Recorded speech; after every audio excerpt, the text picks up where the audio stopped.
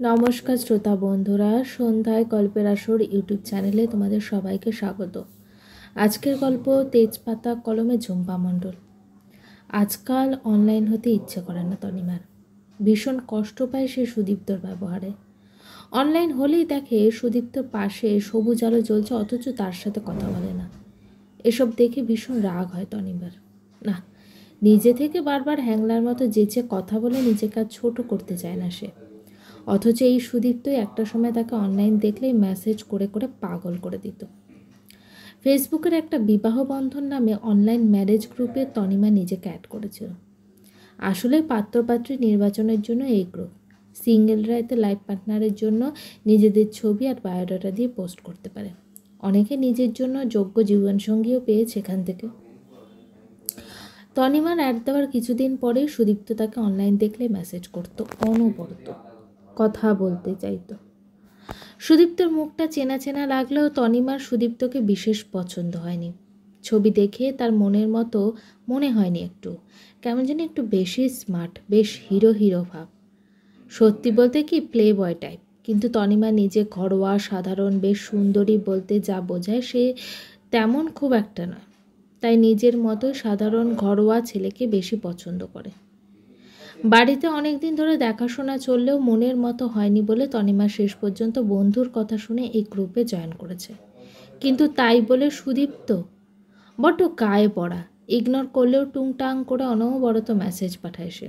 বিরক্ত হতো Tanima. School life থেকে বেশি গায়ে পড়া ছেলে বিশেষ পছন্দ হয়নি তনিমার।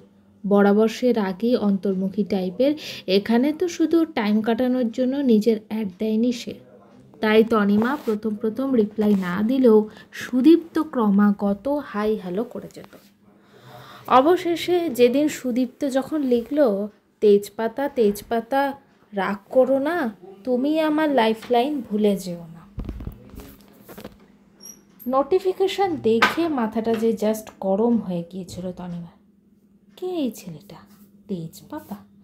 মনে পড়ে গিয়েছিল সে যখন ক্লাস 10-এ পড়তো তখন তাকে তেজপাতা নাম দিয়েছিল কেউ। সেটা যে কে দিয়েছিল সেটা সে জানে না, কিন্তু শুনেছিল সিনিয়র ব্যাচের কোনো ছেলে। তেজপাতা নামটা স্কুল কলেজে চারদিকে ছড়িয়ে গিয়েছিল। যখন তখন দূর থেকে তেজপাতা বলে ডেকে ও খ্যাপাতো তাকে। তনিমা বাইরে শান্ত থাকলেও মনে মনে ভাবতো কোনোদিন হাতের কাছে পেলে না মাথাটা জাস্ট ভেঙে দেবো ছেলেটার, নামকরণ করা একদম বের করে দেবো। সেদিন সুদীপ্ত লেখায় সেই তেজপাতা নামটা এতদিন পরে আবার পেয়ে তনিমার ভীষণ রেগে গিয়ে কথা শুরু করেছিল সুদীপ্তর সাথে। প্রথম প্রথম ঝগড়া যদিও একতরফে, তারপর মিল।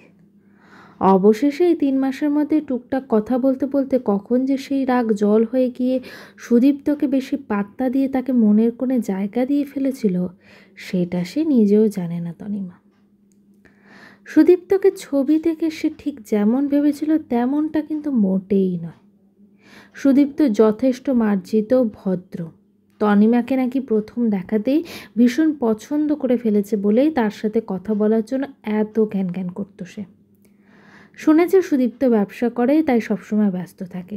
তবুও তার মাঝে এই কয়েকদিনে তনিমার সম্পর্কে ভীষণ কেয়ারিং। তনিমার বেসরকারি ব্যাংকের চাকরিটা টেম্পোরারি হলেও ট্রান্সফারেবল জব তার। এখন বাড়ি থেকে অনেকটা দূরেই পোস্টিং। সারাদিনের 2-3 ঘন্টা জার্নি আর ক্লান্তি নিমেষেই দূর হয়ে যায় যখন ব্যস্ততার মধ্যে সুদীপ্তর কি করছো, খেয়েছোর মেসেজ আসে। কেন জানে না মনটা ভালো লাগায় ভরে যায় তার। তারপর সব দিন না হোক কোনো কোনো দিন বাড়ি ফিরে এসে অনর্গল কথা বলার স্রোতে ভেসে যেত তারা স্বপ্নের মতো। কিন্তু ওরা অদ্ভুতভাবে এখনও পর্যন্ত কোনো দিনও সরাসরি নিজেদের বিয়ের কথা বলেনি। কেমন যেন অলিখিতভাবেই দুজনে জানতো দুজনের মনের সম্মতির কথা। তবে তার আগে দুজনকেই পরস্পরের সাথে সামনাসামনি দেখা হওয়াটা ভীষণ দরকার। তবেই না সরাসরি প্রস্তাবটা দিতে পারবে দুজনেই বাবা মায়ের কাছে। সেদিন রাতে খুব টায়ার্ড থাকার জন্য কথা বলা না হলেও পরের দিন সকালে অনলাইন হতে দেখলো সুদীপ্ত রাত্রে মেসেজে জানিয়েছিল, তোমাকে আজ দেখলাম সামনাসামনি। তনিমা চমকে উঠেছিল। কখন, কিভাবে তাকে দেখেছে? ব্যাংকে যাওয়ার পথে বা আসবার পথে? কেন ডেকে কথা বলেনি তাকে? এইসব জিজ্ঞেস করছিল সুদীপ্তকে। কিন্তু আর কোনো রিপ্লাই নেই। ফোন করলে অন্য কেউ ফোন ধরে বলেছিল সুদীপ্ত ব্যস্ত, পরে কথা বলবে, কিন্তু পরে আর রিং ব্যাক করেনি। এই 2 দিন পরেও নির্লজ্জের মতো একবার ফোন করেছিল তনিমা, কিন্তু সুদীপ্ত এবারে ফোন ধরেনি, পরেও ফোন করেনি। ভীষণ অবাক হয়েছিল তনিমা। প্রায় 15 দিন হয়ে গেছে, সুদীপ্তর কোনো সাড়া নেই। অথচ তাকে মাঝে মাঝে অনলাইনে দেখে ভীষণ রাগে কষ্টে নিজের মনকে শক্ত করে তনিমা। আর নয়, অনলাইন অথচ কোনো মেসেজ সেন্ড করে না, তাকে রিপ্লাই দেয় না কেন, এর অর্থ বুঝতে পারে না সে। তনিমা এবারে সূক্ষ্ম হীনমন্যতায় ভোগে। সে জানে সে ছিপছিপে সুন্দরী নয়। হয়তো সেদিন সামনাসামনি দেখে কোনো কারণে তাকে পছন্দ হয়নি সুদীপ্তর, তাই তাকে এড়িয়ে যেতে চাইছে। এছাড়া আর কী হতে পারে? অনলাইন সম্পর্ক বুঝি এমনটাই হয়, দেখাতেই সব? মনের কোনো জায়গা নেই বুঝি এখানে? সুদীপ্তর চেহারা নজর কাড়া, কত মেয়ে আছে তাকে পছন্দ করার জন্য। সে কেন তনিমাকে পাত্তা দেবে? অবহেলায় তীব্র অভিমানে চোখ থেকে জল আসে তার। অথচ কয়েক মাস আগে সে নিজেই সুদীপ্তকে পাত্তা দিত না। এখন যখন সে নিজে ভালোবেসে ফেলেছে, তখন সুদীপ্ত এমন করবে তার সাথে সে ভাবতেও পারেনি। আজও সুদীপ্তর পাশে জ্বলজ্বল করছে সবুজ আলো। রোজ অনলাইনে কার সাথে গল্প করে ও?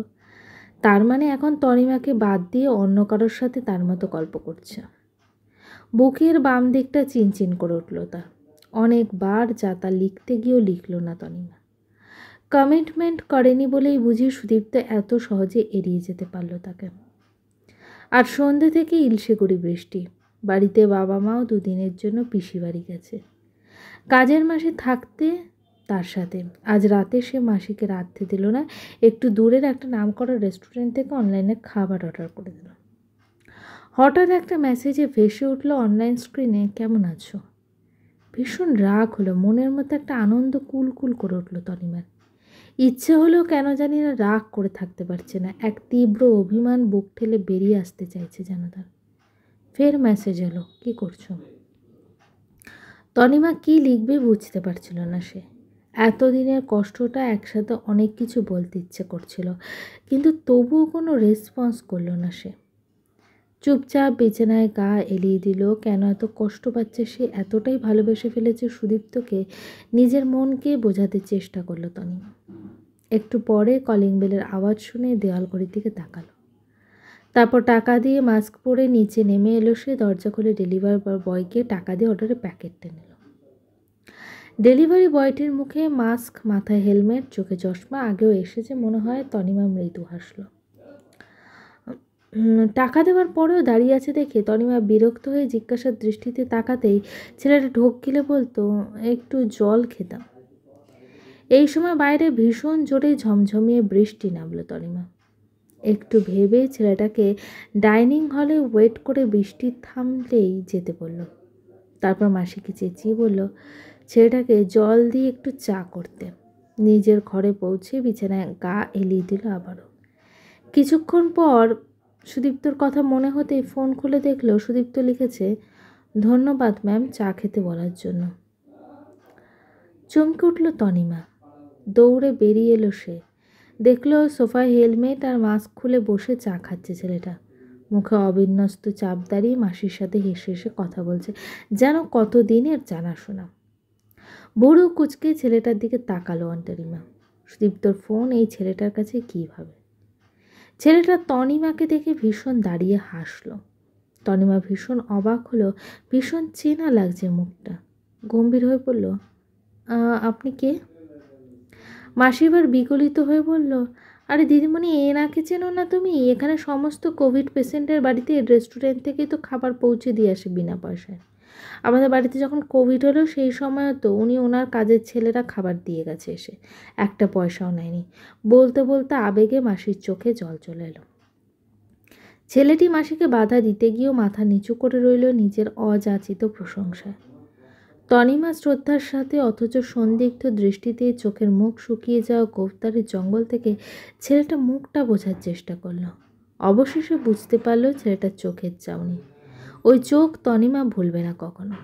নইলে এই মুখ বোঝার উপায় ছিল না মোটেই। সুদীপ্ত তো বটে। তনিমার অবাক হওয়া দেখে সুদীপ্ত ইতস্তত করে শোক্তির মতো বলল, আসলে ফেবুর ওটা বছর 5 আগের ছবি ছিল তো তাই।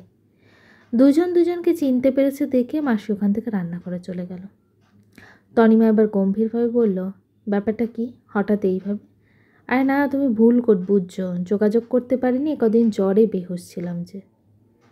তনিমা একদিকে ভুরু তুলে অবিশ্বাস্য স্বরে বলল, ও, বেহুশের মধ্যেও দিনরাত অনলাইন বুঝি?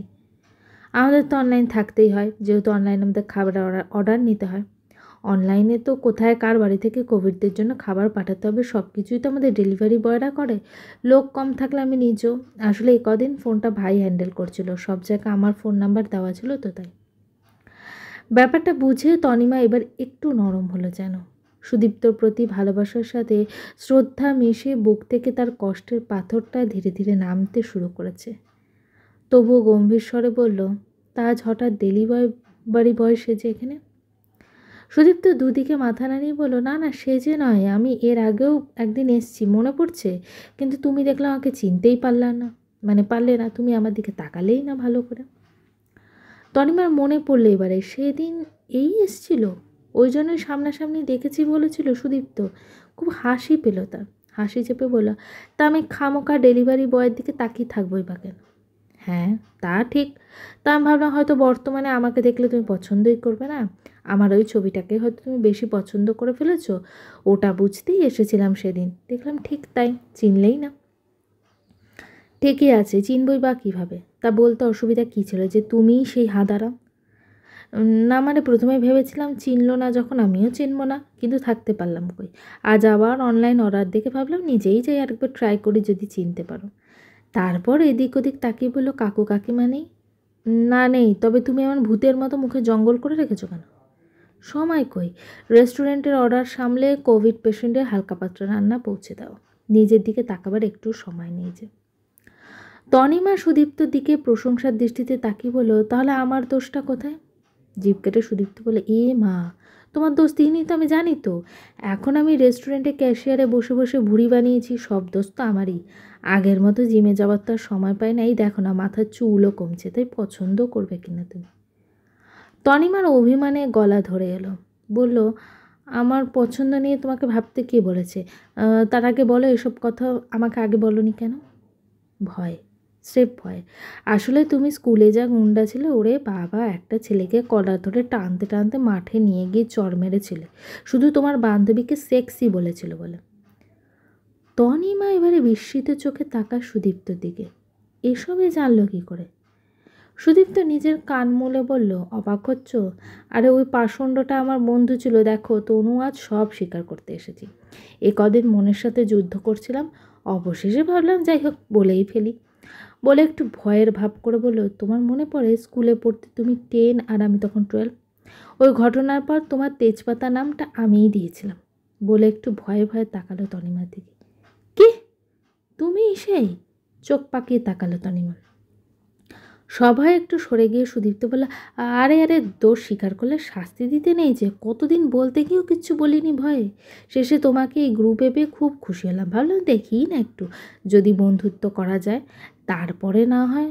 মা দেখো, ভুল কিছু নাম দিয়েছিলাম আমি, এখনও কি তেজ দেখো তোমার, সেদিন তোমার সামনাসামনি দর্শনে রাত থেকে তুমুল জ্বর আমার।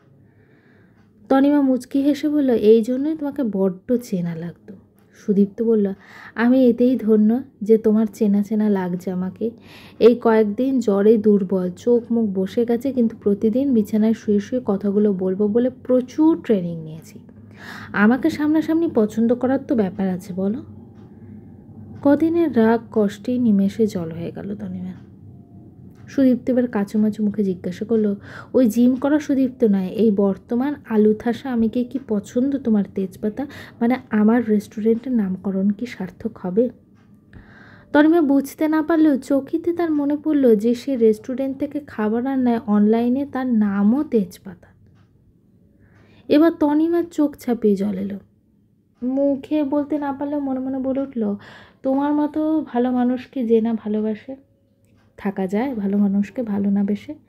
তাকে কাঁদতে দেখে সুদীপ্ত কাছে এগিয়ে এসে তনিমার হাত দুটো নিজে হাতের মধ্যে ধরে বলল, এই মা, আমার তেজপাতা একদম চোখের জলে ভিজে নেতিয়ে গেছে দেখছি। হাতের উল্টো পিঠে চোখের জল মুছে একগাল হেসে ফেলে সুদীপ্তর হাতটায় আলতো চাপ দিয়ে শক্ত করে ধরল সে। গল্পটি কেমন লাগলো অবশ্যই কমেন্ট করে জানিও। আর আমার চ্যানেলের গল্পগুলো যদি তোমাদের ভালো লেগে থাকে চ্যানেলটিকে সাবস্ক্রাইব করে পাশে থেকো। নতুন গল্প খুব শীঘ্রই আসছে আমার চ্যানেলে।